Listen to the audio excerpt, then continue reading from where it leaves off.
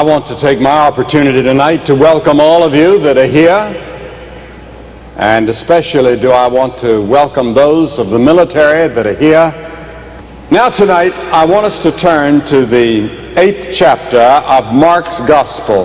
The 8th chapter of Mark's Gospel, beginning with verse 31. And Jesus began to teach them that the Son of Man must suffer many things, and be rejected of the elders, and of the chief priests and the scribes, and be killed, and after 3 days rise again. And he spoke that, saying openly. And Peter took him and began to rebuke him. And when he had turned about and looked on his disciples, he rebuked Peter, saying, Get thee behind me, Satan, for thou savorest not the things that be of God, but the things that be of men. And when he had called the people unto him, with his disciples also, he said unto them, Whosoever will come after me, let him deny himself and take up his cross and follow me. Now notice, when Jesus called his disciples, he never hid from them the fact that to follow him meant suffering, persecution, and death. We have a great deal of what someone has called cheap grace. Easy to follow Christ. Easy to get in the church. In Jesus' day, he called them to suffering. He didn't call them to a playground. He called them to a battlefield. He called them to war, spiritual war. And he said, you're going to suffer, and you're going to be wounded, and you're going to die in my cause. Because the world is going to reject me. This world that's dominated by evil and sin will reject me. And if you follow me, you too may end up on a cross. For whosoever will save his life shall lose it. But whosoever shall lose his life for my sake and the gospel's, the same shall save it. For what shall it profit a man if he shall gain the whole world and lose his own soul? Or what shall a man give in exchange for his soul? Whosoever therefore shall be ashamed of me and of my words in this adulterous and sinful generation, of him also shall the Son of Man be ashamed when he cometh in the glory of his Father and the holy angels. Now the Bible teaches that you have a body, but living down inside of your body is your soul or your spirit. I'm not going to try to distinguish tonight, because that's a technical theological discussion between soul and spirit. I'm going to use them interchangeably. Your soul is that part of you made in the image of God that lives inside of you, and that's the eternal part of you. That's the important part of you. That's the real you. That's the part of you that will be living 1,000 years from now, either in heaven or hell.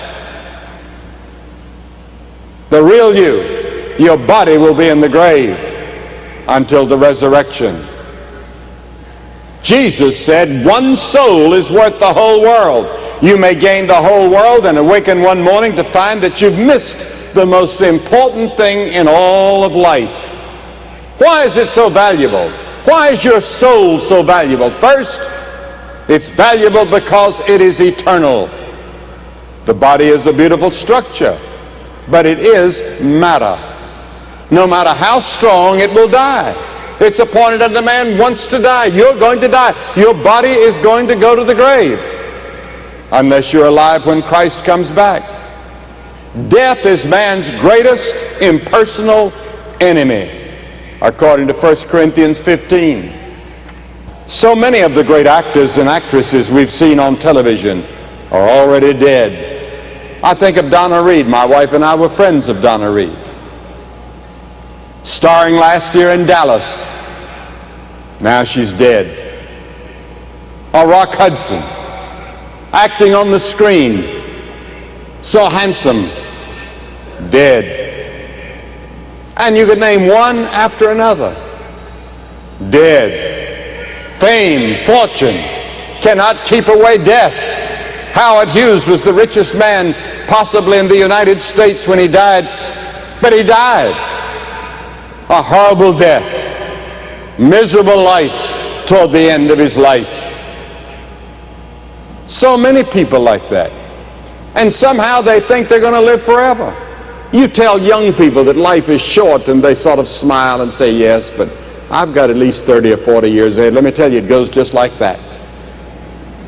I can tell you, somebody asked me on one of my birthdays, I'm not going to tell you which one. They said, when you were 65 way back there,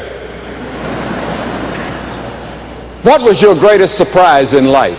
I said, the brevity of life. That's the greatest surprise of my life, is how brief it is.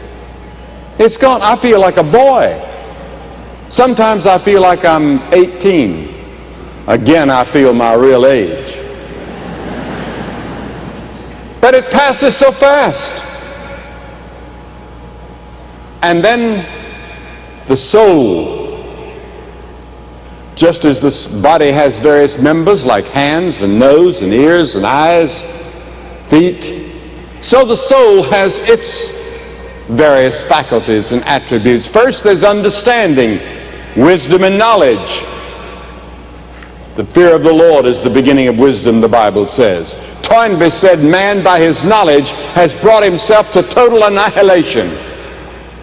Yes, we can have knowledge, but we don't have the wisdom to control our technology. But wisdom and knowledge are a part of our soul. And judgment, which weighs and determines and makes judgments every day in our lives. Or your will, which chooses or rejects the things brought before it. Or your affections, which cause you to fear or to love. Memory, which is the mental capacity for storing up our knowledge of ideas and events. Conscience, which is the monitor of the soul, judges and pronounces verdicts upon all that we do or say. All of that is a part of our soul that'll live forever. Now, science, producing living cells, talks of protoplasm. Protoplasm by themselves cannot smile in the midst of pain. Nor can protoplasms love the unlovely, nor generate high hope in times of disaster. They cannot contemplate God. There's something beyond science, and the scientists know it. The Bible calls it soul. What is it when a person dies? The body's there.